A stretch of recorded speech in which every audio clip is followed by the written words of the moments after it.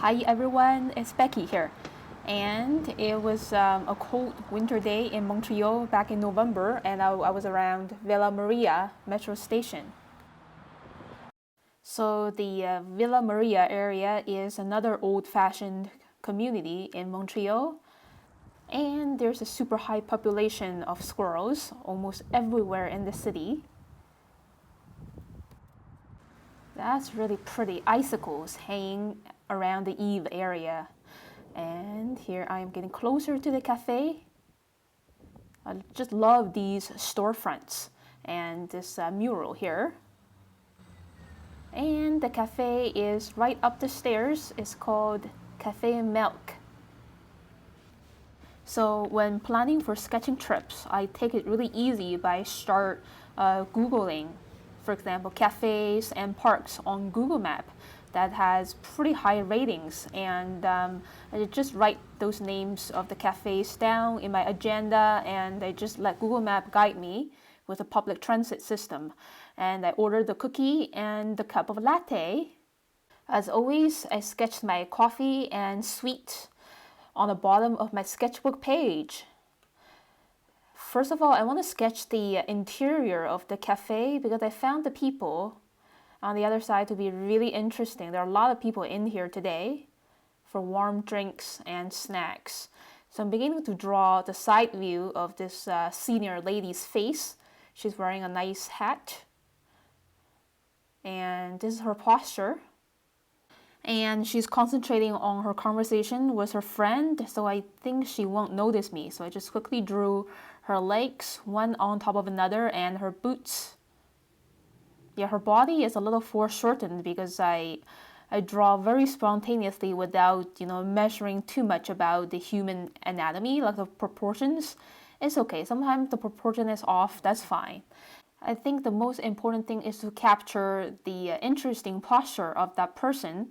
If a proportion is kind of off, that's okay. It's still gonna look kind of interesting, a bit cartoony. It's fine. And then I just drew the edge of the table, the bottom of the chair, the legs of the chair, and the legs of the table behind her, and the other coffee cup of her friends. And now I am observing and ready to draw her friend, starting with the forehead, the nose, the lips, the eyebrow, and the eye, the hair.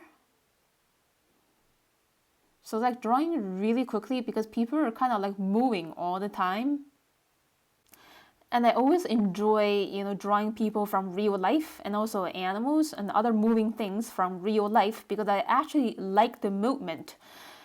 When I'm drawing, I feel like I'm capturing multiple moments of that person's time.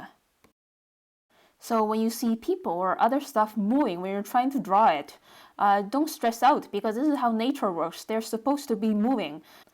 And I think drawing stuff from real life observations could be more lively compared to drawing from photos because photos is a fixed image. And in real life, you have these numerous possibilities to capture these people. So every few seconds is like a new opportunity. So if I try to draw these two ladies again, they might be in different gestures. So that's a different imagery. That's the fun about drawing from real life observations is the change. Okay, so nothing stays exactly the same. This is not a fixed moment in this cafe, but so many numerous moments combined together that form this sketch.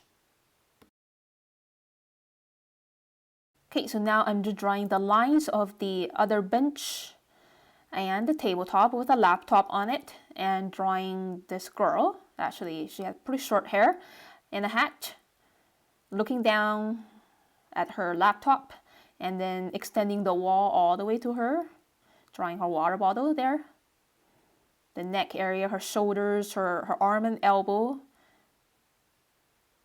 She's like typing on her computer and then drawing her pants. The thigh area is always thicker compared to the calf of the leg. Adding a bit of hatching to give it shade, shadows. And now I am drawing her bench even more smaller than it seems in real life, because I want to exaggerate the sense of distance that she is shifting away from those two ladies in the foreground. Okay, so I don't draw in the exact same proportion as in real life or as in a photo. And then there is a column there and a beam with lamps dangling on it.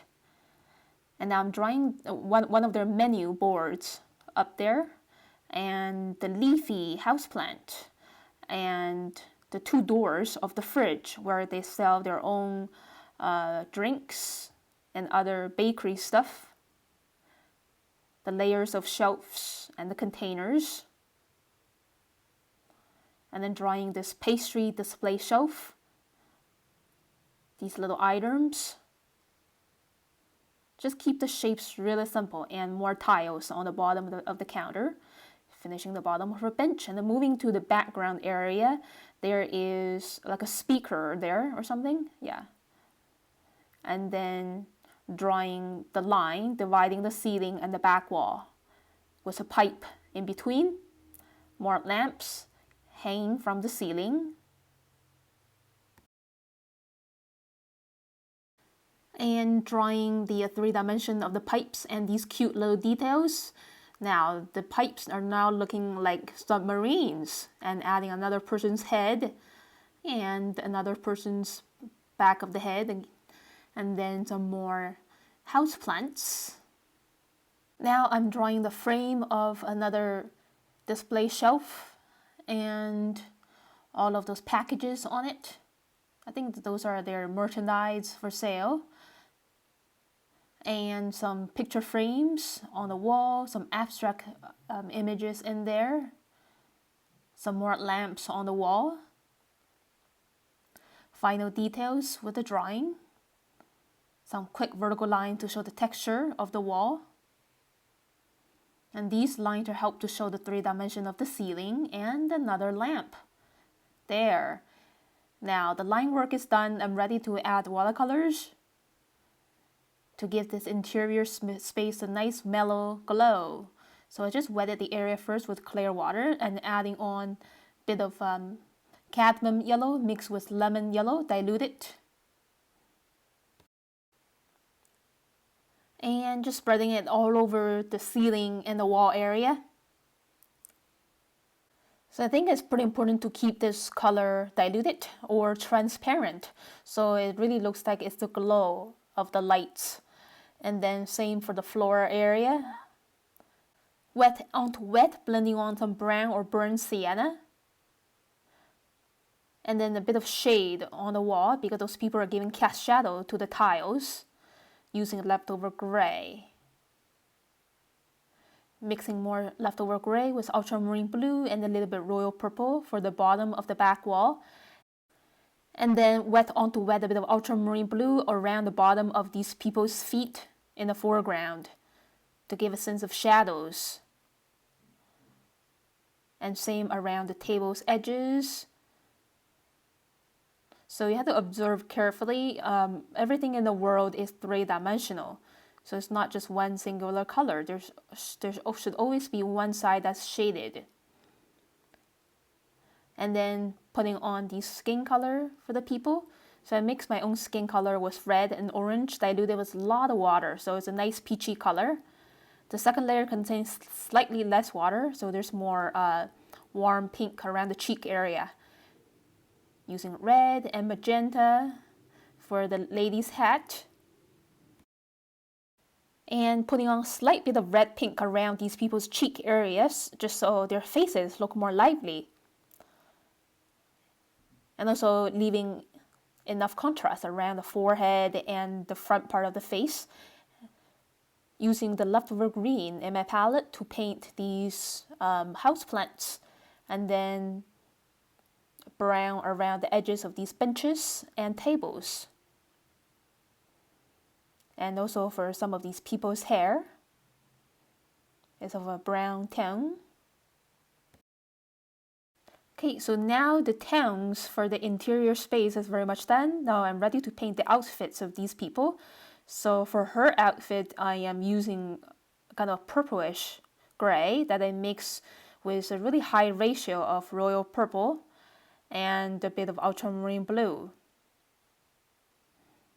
and leaving a little white streak around her elbow to show highlight and to give 3 dimension to her arm. Just switching to another brush for finer details. And this lady, she was wearing a brown pair of pants, and this lady was wearing like jeans. So I always like to paint another layer to give the outfit even more 3 dimension. So this is the first layer, and then second layer, slightly stronger tone of gray around the bottom of her upper body. So this 2-layer technique is very much the same for painting almost anything. It's always better to add 1 extra layer on top to give the thing more contrast. Yeah, always good to start lightly and a little bit more cautiously, and then the second layer you can be a little bit more bold to give the contrast.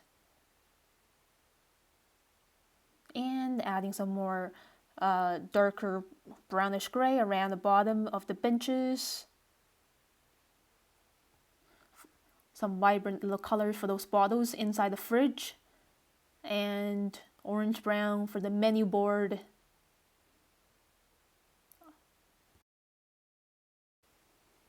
Yeah, so this is around the final polish, just adding the contrast for the column there. The right side is shaded. And another layer for these people's hair.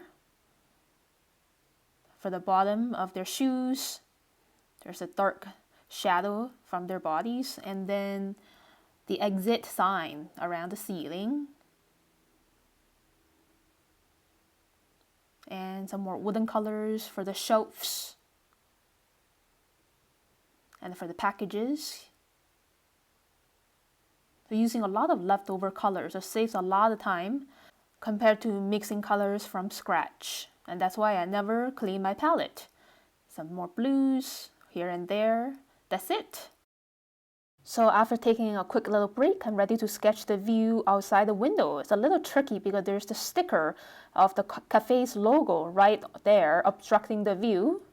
And also there's the poles in the way outside. Okay, let's see. Now I like to take like a half a minute or so to visualize the things that I want to include. So I want to start with the foreground element, as I always mentioned in my previous videos. And here I'm drawing the big leaf of the monstera plant. And another one. I really like the shape of the leaves. It's kind of like a tropical kind of plant. And there's more behind.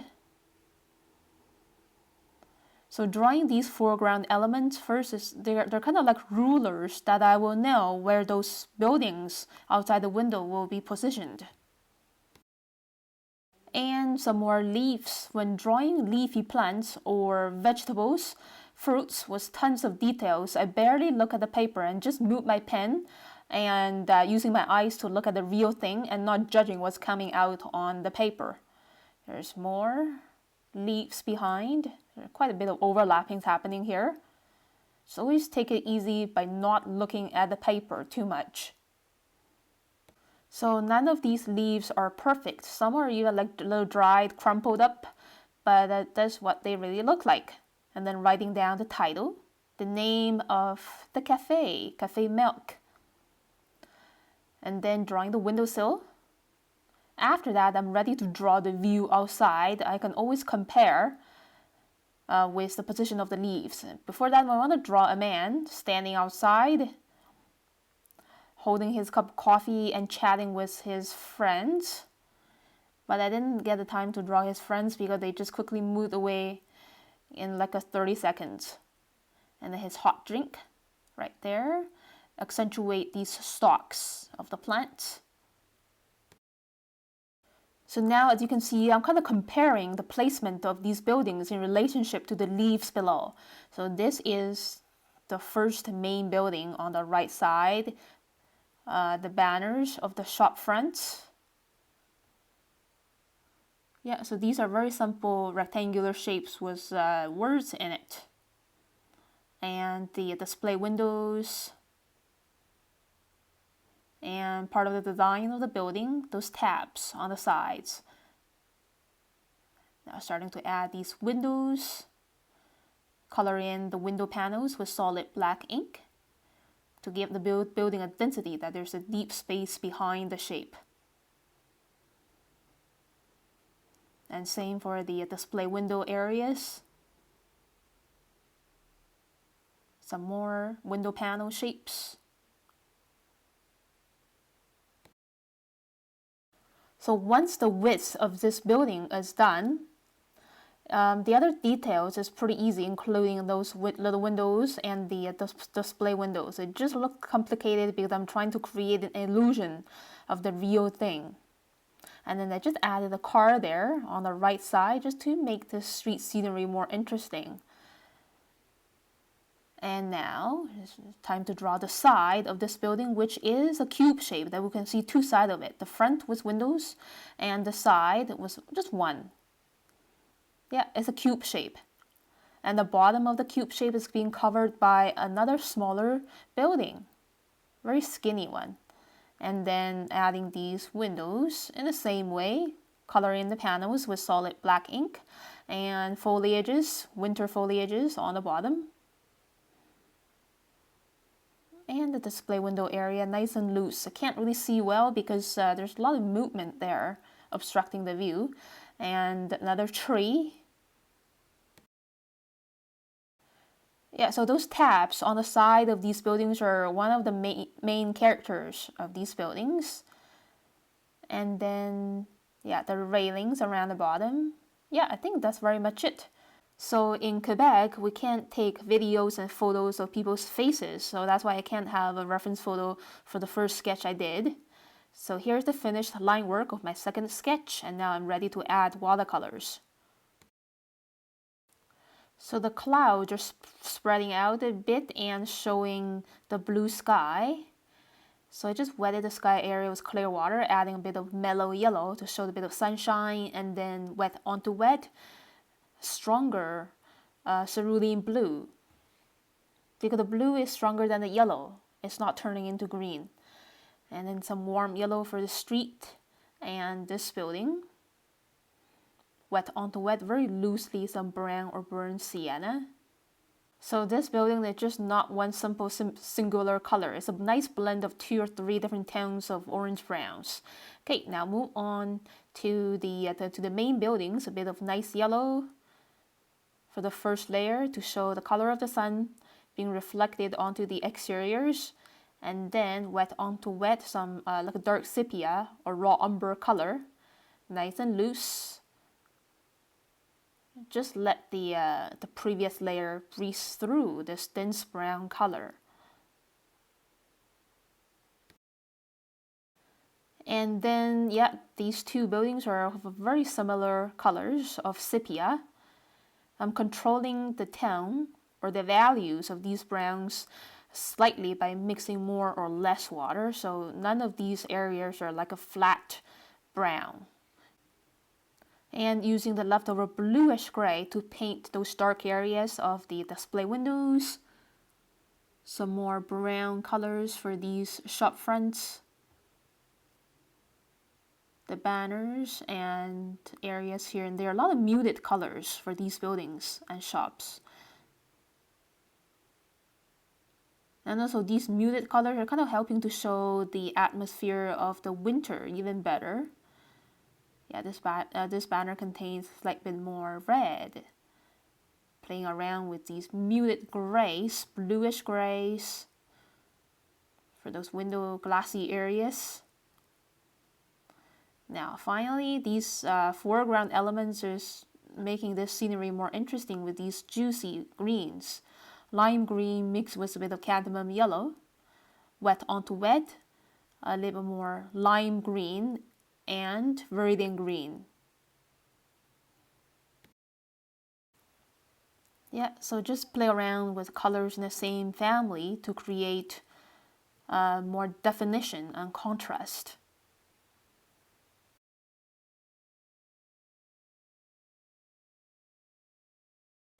Okay, now I'm ready to paint the winter jacket of this guy. I'm actually using the black straight from the palette because there are already so many grays out there. So sometimes it's okay to use black. And painting his pants was 2 layers, wet into wet. And his hat. Another layer to give his body more 3-dimension. Final polish. That's it. Here is the look of my finished art journal spread. Wow, that was a pretty productive afternoon. I did 2 pages. Very ambitious. And I think it's probably because it was my last 2 or 3 weeks in Montreal. I wanted to create as many memories as I could. So that's why I sketched a lot. And now just looking around, take a little break. And it's time to go home. Here's a closer look of my sketches. So thank you so much for watching this video, everyone. If you like it, please click like and leave me a comment below. Subscribe to my channel for weekly updates. So I try to update my channel about 3 times a week. See you very soon next time, everyone. Happy New Year!